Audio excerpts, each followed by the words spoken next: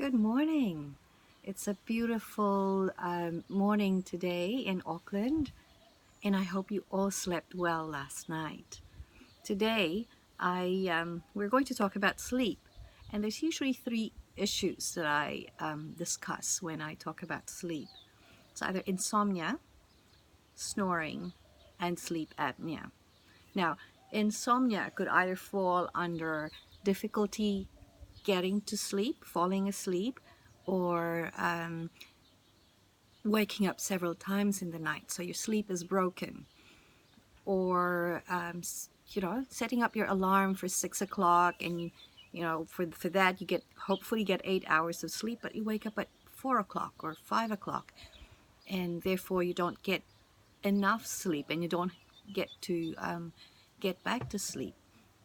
And the other thing is, yes, you do get 7 to 8 hours of sleep, but when you wake up, you feel like you haven't slept at all.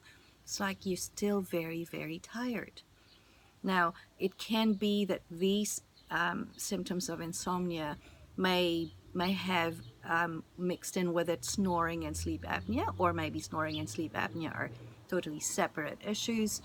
But usually these are the issues that people struggle with when we talk about breathing and sleep.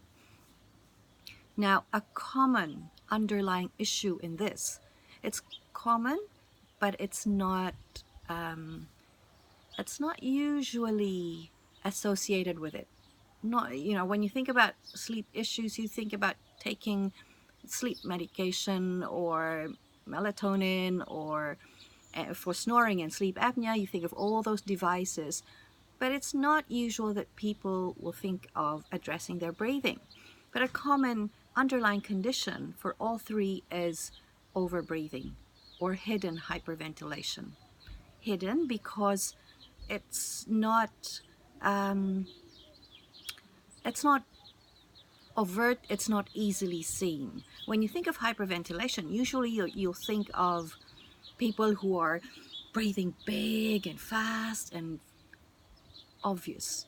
But a hidden hyperventilation, you can be overbreathing, but very subtly. You're slightly bigger, slightly faster, and to the untrained eye, it's not quite visible. And when this happens, changes happen in your blood gas, balances, so the carbon dioxide and the oxygen balance in your blood, which causes changes in the activity of your nervous system and your muscle tension and all these things. It's quite a long story to tackle in a short video. I was hoping to just come up with this short video just for you to give you a few tips on how to sleep better. So there are different causes.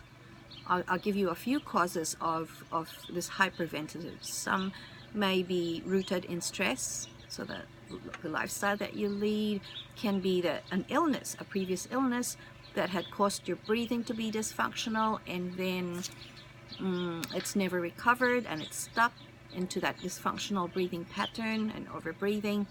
It can be food choices, extremes in lifestyle, extreme sports and things like that, or lack of sleep.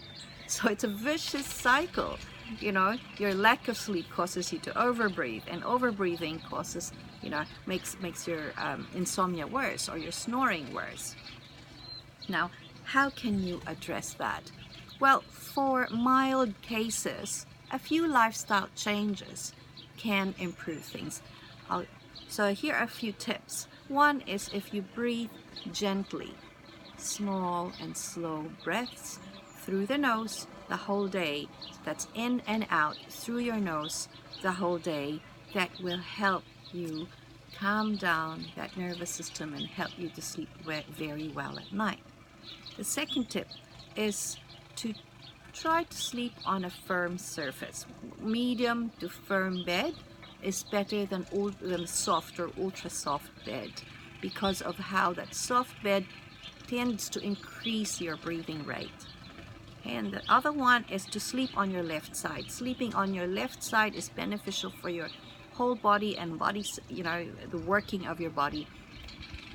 And And Dr. Buteyko, a Russian doctor, had observed different, so many people in different sleeping positions, and he found that sleeping on your left side had the slowest breathing rate, and that encourages deeper sleep.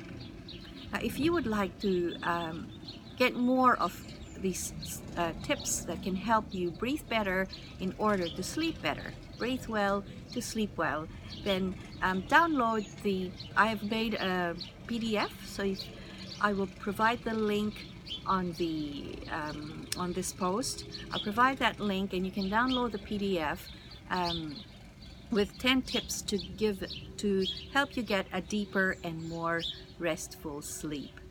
So I hope you sleep well tonight, and I'll see you soon.